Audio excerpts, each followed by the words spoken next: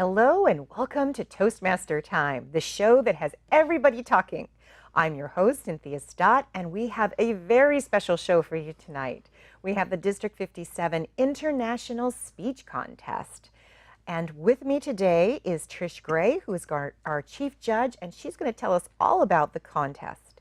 Thank you, Cynthia. For a contest, you have to have judging criteria. Our contestants were judged against three main criteria, which is content, delivery, language. For content, that's worth 50% of their total. That is comprised of speech development. How is a speech organized and put together? How is it structured? For the effectiveness, you want to know how well they're getting their point across to their audience. And for the speech value, they have to have something worthwhile to say. Under delivery, that's 30% of the total. That has to do with how do they use a speaking area? Are they speaking in a confident manner? How are they using their voice or pauses to help enhance their message? And then you have, again, the language at 20%. As you're watching our speakers today, Cynthia, I hope our home audience is seeing how well they may have judged our speakers against those three criteria. We'll see how they think at the end of the show. Great. Thank you so much, Trish. I'm so excited to interview our very first speaker, and that's Harry Candadai. Welcome, Harry. Thank you, Cynthia. And what club are you from? I'm from Chamber Chatters in downtown Pleasanton. Awesome. And why did you join Toastmasters? I joined Toastmasters to overcome my fear of public speaking a few years ago. Very important in my career, being in marketing. That was the main purpose why I joined Toastmasters. Yeah. And what did you learn from being a contestant? The best part about competing in contests for me is you just become a better you. You are running your own race, and as long as you've become a better speaker than you were before as you go through that process, I think that's the best benefit. And of course, learning from your fellow contestants, that's always very good. Great. Well, I'm looking forward to your speech, and we'll see you in just a moment. Thank you. Looking forward to it. Great. So I'm so excited to hear from these international speech contestants. This is the inspiring speech. So we're really excited to hear from our first contestant, who is Harry Candadai. Go get your bananas, Harry Candadai. My family and I were very excited that we'll be visiting India again this summer. The sights, the smells, the wildlife of incredible India. When I was practicing this morning, my wife Deepa asked, "Why are you talking like that? You sound like an Indian tourism ad. Gone terribly wrong." Madam Toastmaster, fellow Toastmasters, speaking of wildlife, I was always fascinated with monkeys growing up in India. So much character, so much drama, so much running around the trees, just like an Indian movie, minus the singing and the dancing.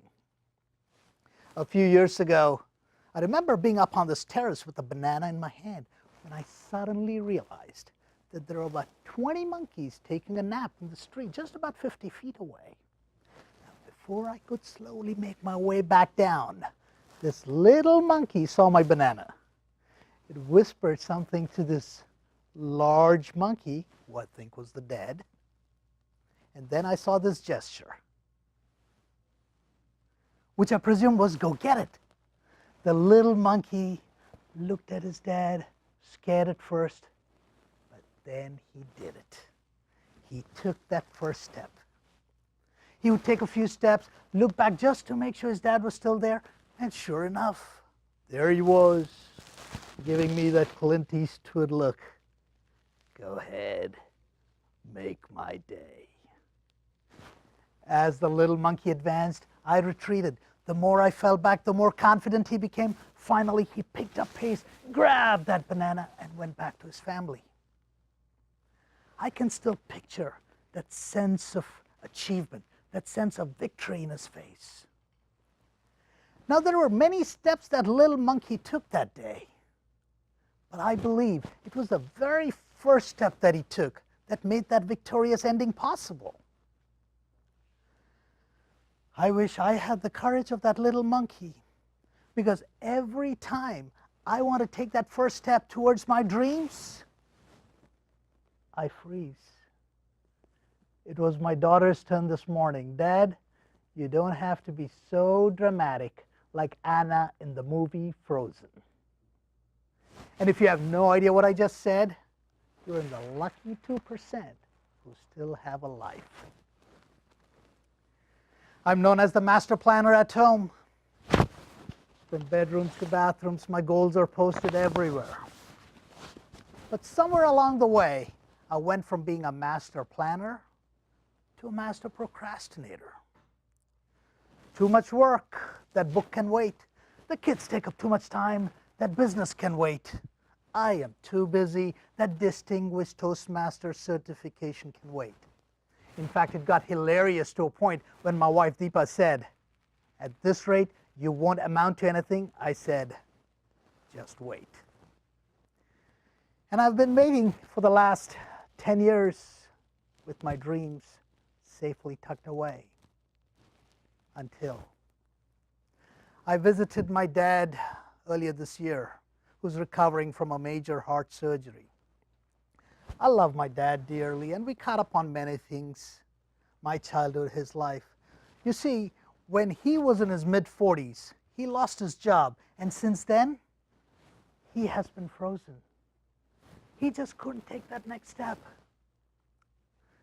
He recounted with regret what could have been, would have been, should have been. It reminded me what the Brazilian novelist Paulo Coelho said. One day you will wake up and there will not be enough time to do all the things you always wanted to do. I can still picture that saddened look with tears welling up. How much he craved for one more chance to take that first step. It hit me so hard. Will that be my picture 20, 30 years from now? I decided to wait no more. I took that first step. I wrote the first few pages of that book. I updated that business plan. And I wrote down my goals towards becoming a distinguished Toastmaster. And like that little monkey, I'm picking up pace, one step at a time. Fellow Toastmasters, what will your picture look like when the time comes? Will it be a picture of regret? What could have been, should have been, would have been? Or will it be a picture of how you took that first step and raced towards your destiny, like that little monkey? When you take that first step, that's when magic happens. As Patanjali, the father of yoga, said, when you're inspired by some great purpose, some extraordinary project, your mind breaks all barriers. It transcends limitations. Dormant forces, people, talents come alive, and you find yourself to be in a brave, new, and a wonderful world. If you take that first step. And along the way, every time you freeze, I'm too old, too young, too big, too small, too this, too that. Tell yourselves what I'm telling myself these days. Get off your tutus and go get your bananas.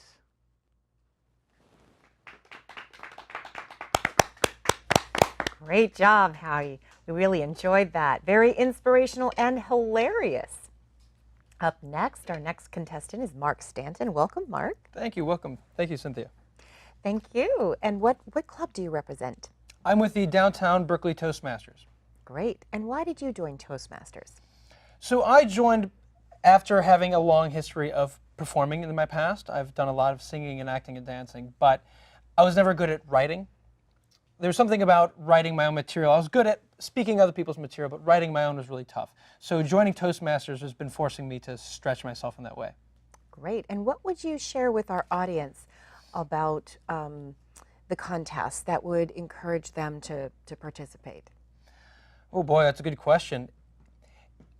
I would say that beyond all of the different speeches that you could do in the CC manual or any of the other manuals, there's something about doing the contest that forces you to dig much, much deeper in your work. It forces you to write with a different critical eye, to approach the way you rehearse in a different way. It forces you to go deeper than you normally would with any other speech. And I think that depth, there's a lot of richness to it.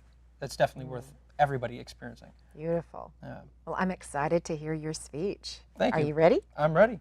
Great. So we're going to hear from Mark in just a moment. And we're going to be inspired by this inspirational speech. It's called the international speech because the contestants go all the way up to the international level at the international conference. But it is an inspiring speech. So we're going to hear from Mark Stanton. How can I, Mark Stanton? When I was 7 years old, I told my family that when I grew up, I wanted to be Michael Jackson. And they all laughed at me. My brother says, "You can't be Michael Jackson, that's impossible." Man, that hurt. Luckily, my mom did damage control. She pulled me to the side and said, "Marky, you can't be Michael Jackson. But if you want to be like Michael Jackson, you can.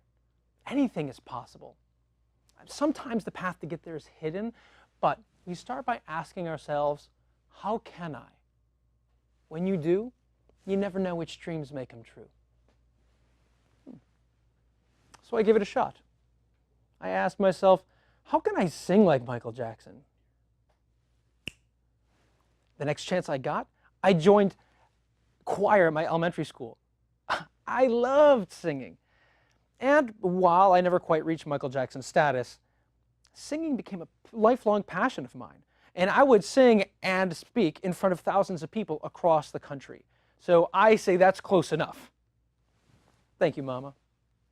Madam Toastmaster, fellow members, and guests. My mom's words, "Ask, how can I?" would affect me much more than she had anticipated. Fast forward 20 years.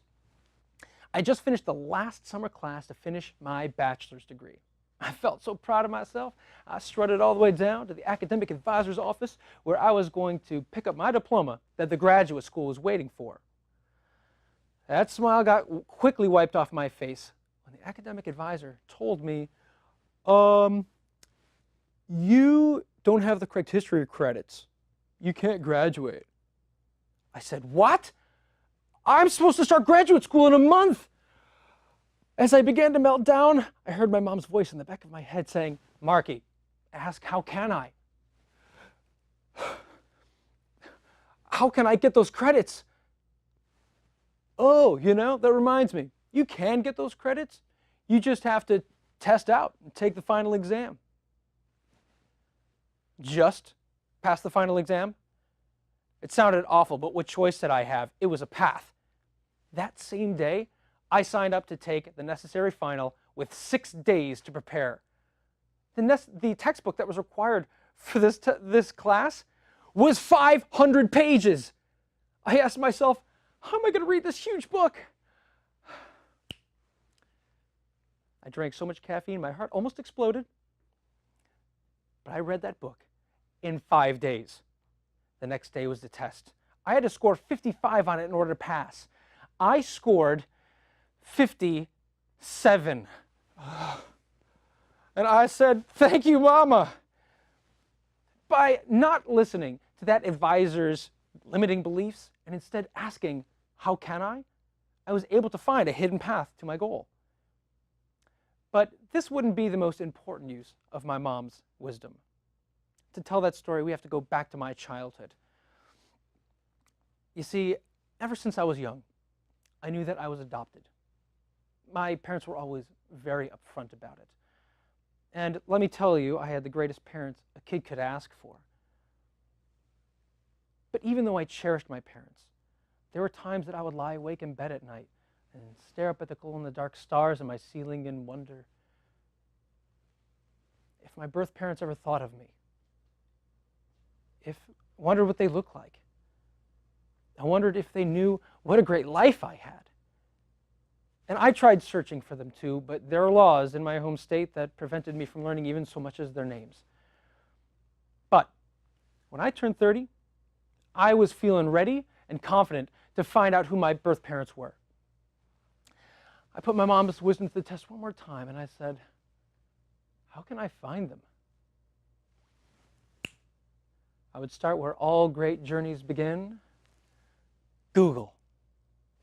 Google told me about a service that can test your DNA, and it can match you for how closely you're related to every other member on the service, for how closely you're related they are. So for $200, I did it. And what I found out is that I have hundreds of first cousins. Excuse me, I had hundreds of fourth cousins. It was a dead end. But 2 years go by, and a woman from that service messages me. And she says, Mark, this website tells me that we're first cousins. Who are you? First cousins? I poured my entire adoption story out to her. As she replied, Mark, I'm so excited to tell you this. I'm your biological great aunt. Your birth father's name is Keith. Your birth mother's name is Patty.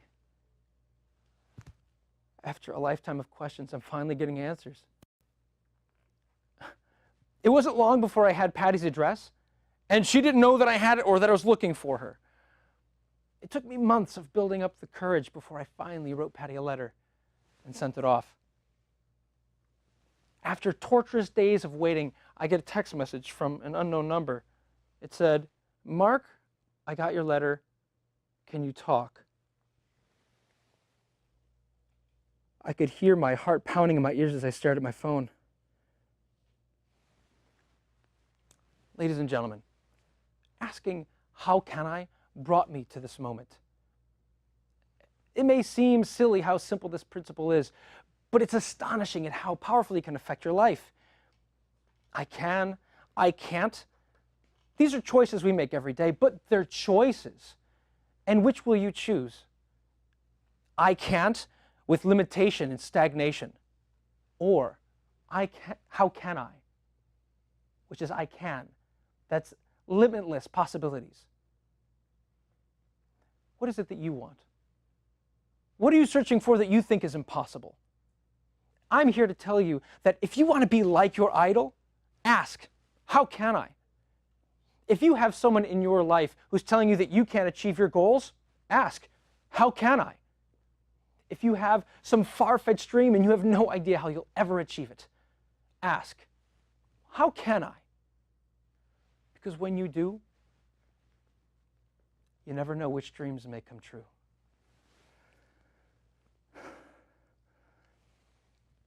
Call.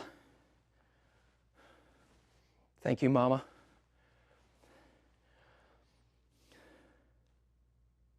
Hi, Patty. Madam Toastmaster. Great speech, Mark. Thank you. Very inspiring. And up next, we have James Jeffley. Welcome, James. Thank you, Cynthia. And what club are you representing? Heart to Heart Toastmasters and East Bay Toastmasters, both in Oakland. Great. And what brought you to Toastmasters?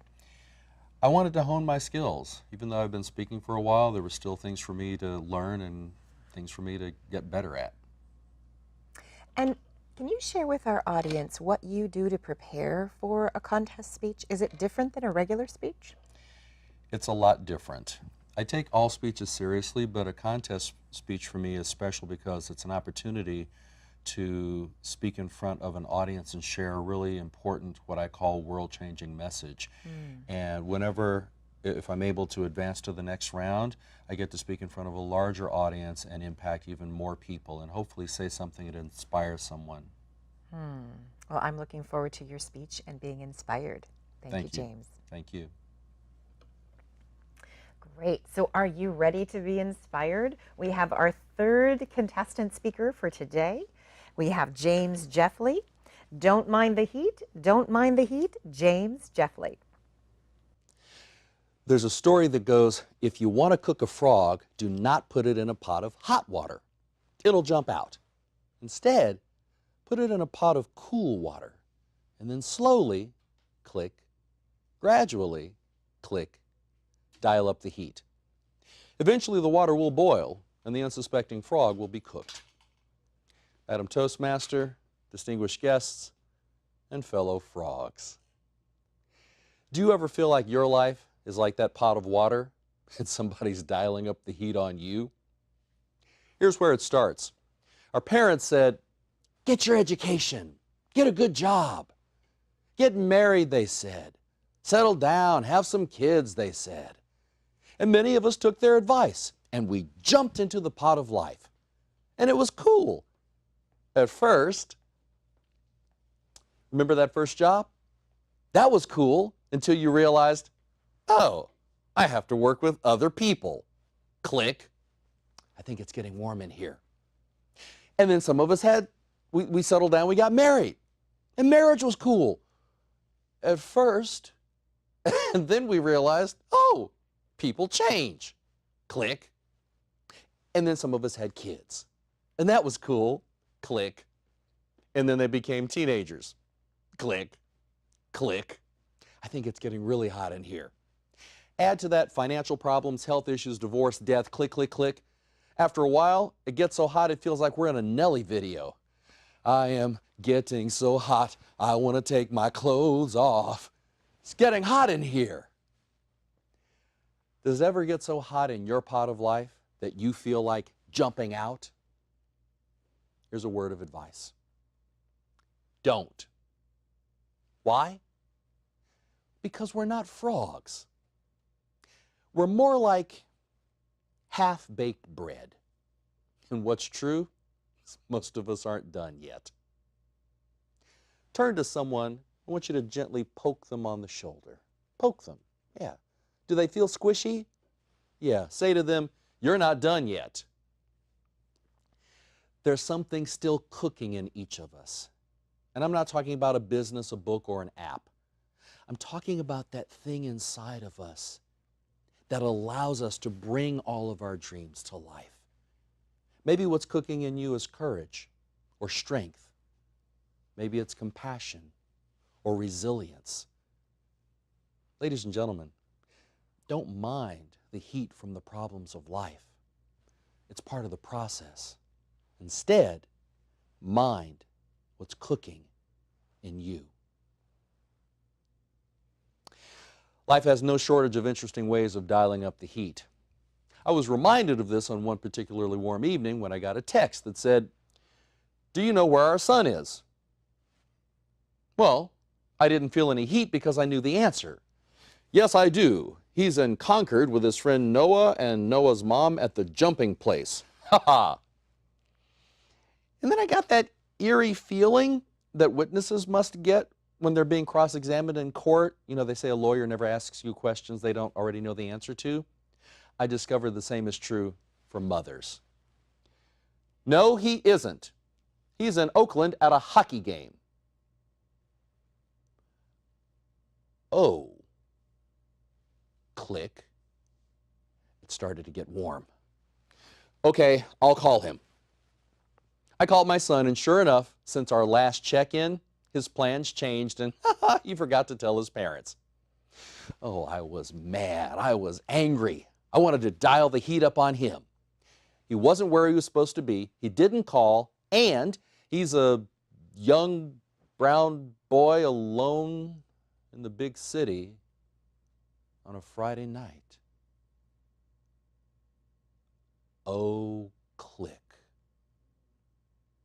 And that's when I felt the heat. Because in that moment, in the view screen of my mind, flashed all of these images of young brown boys who have been destroyed by the burning heat of injustice. And I thought, that could be my son. I had to make him understand the importance of checking in if plans change, but I couldn't do it from an angry place. The universe was trying to bake something in me. Compassion. So when I saw him, I said, "Cayman, are you okay?" "Yeah, Dad." "Did you have a good time?" "Yeah, Dad."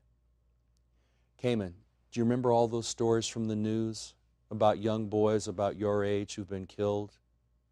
"Yeah." "Son, I need you to call and check in with me. I don't want the same thing to happen to you. I love you, and I need to know that you're safe." You see, I've learned that there are two kinds of heat in life. There's the kind of heat that transforms, and there's another kind that just burns. What's the greatest source of heat in your life? Is it the destructive, burning heat of a toxic work environment or an abusive relationship? If that's the heat you're feeling, you may have to do what President Truman said and get the heck out of that kitchen. But maybe what you're experiencing is the heat of transformation, and life is trying to bake something in you, in your job or your family or in your relationship. And if that's the case, don't run from that heat. Run to it and allow it to mold you and shape you and build your fortitude to bring forth that which is necessary for your evolution. Poke them again. Are they still squishy? Yeah, it's because we're like that half-baked bread and we're not done yet.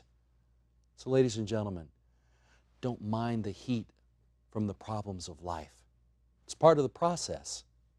Instead, mind what's cooking in you.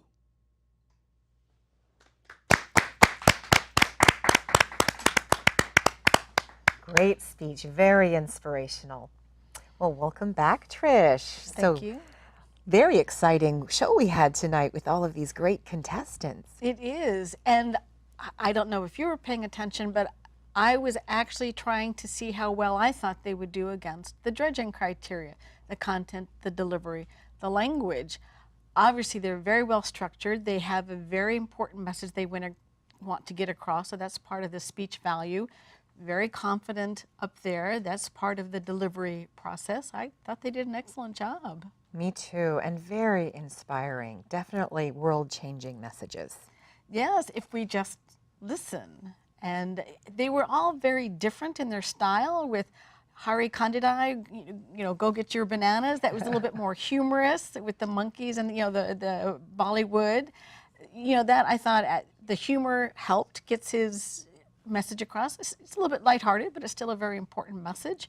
Mark was obviously a very, very personal story that I may not relate to his particular story, but I felt so drawn into his story. It was very compelling. So he had a little bit different approach, a little bit more serious approach, more storytelling type approach. And then James was using, I say, self-introspection, asking us to really take a hard look at ourselves. So I thought that was great. Great.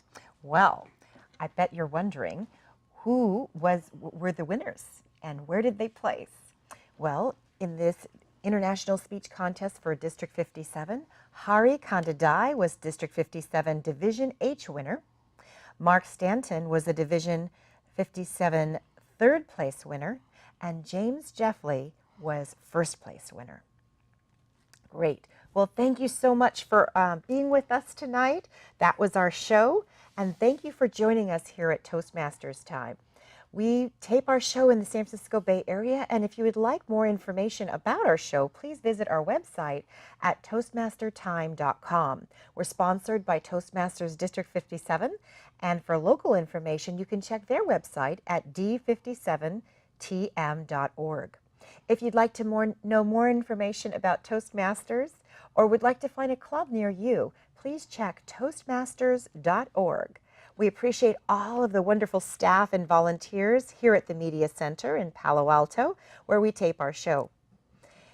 We thank you again to our guests, our speakers, which are Harry Candadai, Mark Stanton, James Jeffley, and it's always a pleasure working with my co-host, Trich Gray. From all of us here at Toastmaster Time, I'm your host, Cynthia Stott. We invite you to join Toastmasters and keep on talking.